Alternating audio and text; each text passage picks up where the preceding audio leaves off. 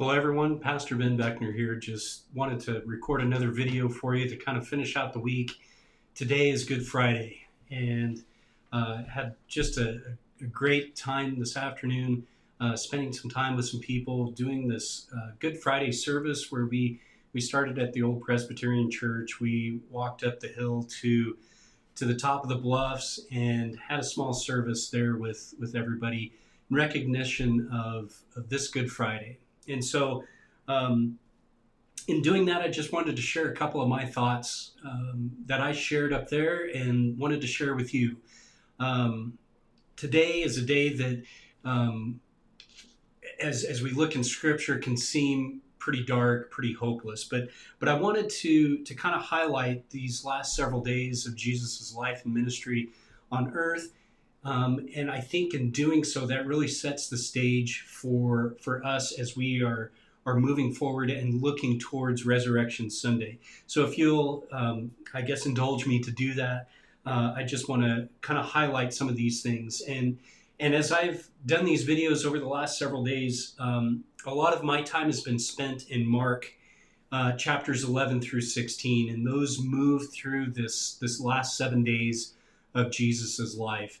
And I think that, at least looking back through those things, Mark was wanting, I think, the reader to see some specific things that really summarize Jesus's life and ministry. And so I want to kind of move through those in kind of a timeline. And I invite you to go back and read these chapters to give you a little more detail and a little more context. I want to try to kind of highlight and frame these a little bit for you, but I think it's going to be more meaningful if you go back and reread these chapters. We don't have quite the time in this video, and I think it would be probably more impactful if you were to spend this time on your own. So let me work through these. So, on Palm Sunday is Jesus's triumphal entry into Jerusalem. Monday, beginning in Mark chapter 11, is where Jesus curses the fig tree and he clears the temple. And we talked about that a little bit earlier on. And we talked about how this is symbolic of lives that have no fruit and hearts that are hardened towards God. Tuesday is in Mark chapter 11 through 13. And this is, again, where the fig tree has been withered, and Peter has that conversation with Jesus. Also, Jesus teaches in the temple, and he teaches several things. And here are some of those highlights. In that, he gives the parable of the tenants. In that teaching, he also talks about the greatest commandment. He has this conversation with one of the high priests. In it is also where Jesus talks about the widow's offering.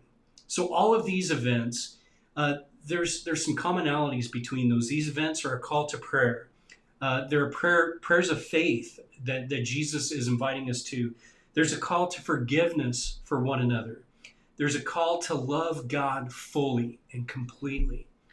Jesus also teaches, as we move on from there, as he's walking with the disciples to the Mount of Olives. And in some commentaries, and maybe some of you are familiar with this, the Olivet Discourse. And in that are these warnings and this charge to the disciples to follow closely, to walk with him closely.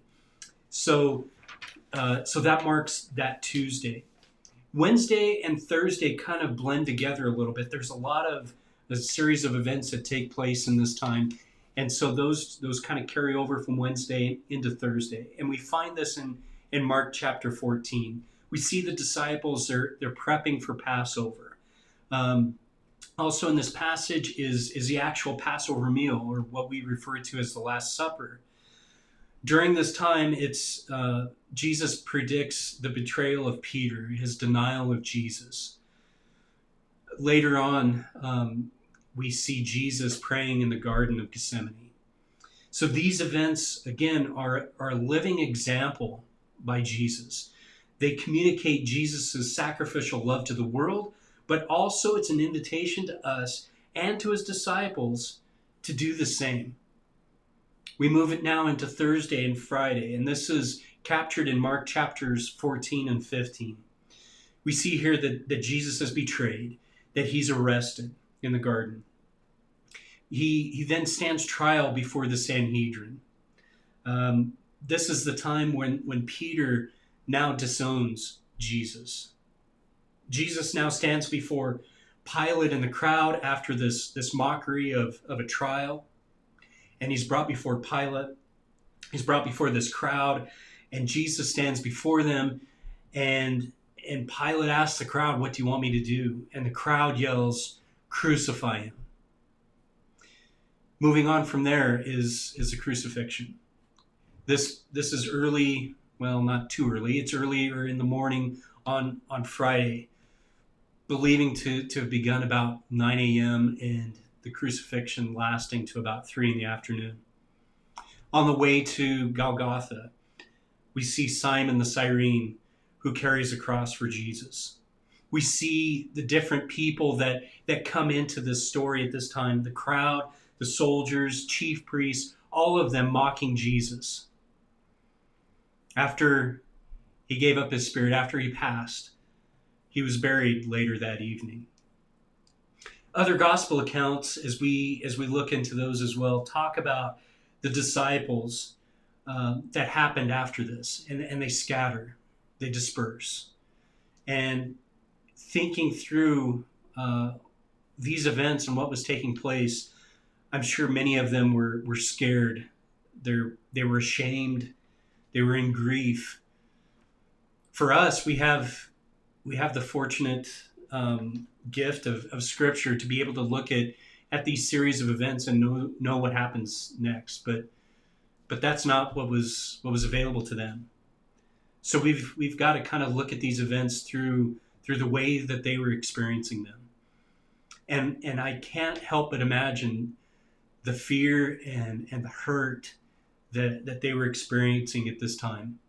Thinking back to all of these words that Jesus had given them, these words of hope that he's going to come again, that he's going to destroy the temple and raise it again in 3 days, and their understanding of what those things meant in light of what Jesus had just done.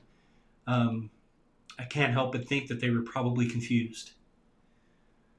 I think that for them, things looked pretty dismal at this point. There wasn't a whole lot of hope, not from their perspective, and in living these events out at that time.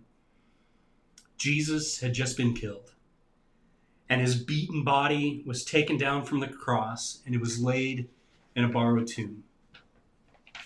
Try to think through and imagine those things through the lens of the disciples at that time, and through the crowd that had gathered and watched these events take place. The one that they had loved, and they had seen these miraculous things. They'd heard words of life. They'd heard words of conviction. They heard words of hope, and he was now gone. This is Good Friday. It's interesting to note that on Saturday, there's nothing that was recorded. The gospel accounts, there's no series of events that take place on Saturday. It's this time of quiet, of probably confusion, trying to understand and come to grips with what had just happened. This is Good Friday, but Sunday's coming. And we can't get to Sunday without coming through what all of this has happened on this Good Friday. Going into Saturday, we have an opportunity to pause and to reflect on these events in the light of our own lives today, in the light of what we have as context for what has taken place. Jesus' last week gives us some things to think about and to get ready for Sunday. First, there is hope. There's great hope. And as we talked about these series of events, I want to bring you back to some of these things. Again on Monday, how is your heart? Is it hard? Is it without fruit? I want to move you to Tuesday. Are you living a life of prayer? Living a life of faith in God and forgiveness toward others? Moving to Wednesday and Thursday. Are you loving God fully today? Is there anything that's standing in the way? Moving from Thursday now into Friday, God is calling us to stay alert, to follow close. Jesus lived this life as a living parable, to love sacrificially, and it's an invitation for us to do the same. I want to encourage you as you think ahead towards Sunday to not skip Saturday. Don't skip these events that took place here on Friday that we call Good Friday, and this moment of silence of Saturday. I want to invite you to press in on Saturday. I would encourage you to reread Mark chapters 11 through 16. Use that to get your heart ready for Sunday. Allow God to speak to you over these series of events. What is it that He's communicating to you? And I pray that you are challenged. I pray that you are encouraged. And I want you to come Sunday to bring somebody with you with this expectation to experience God in a significant way. Please be praying for Sunday. Please be praying for your heart to be ready. Don't skip Saturday. Come prepared. I'm praying for you. I'm excited for Sunday, and it's excuse me. It's Friday, but Sunday's coming.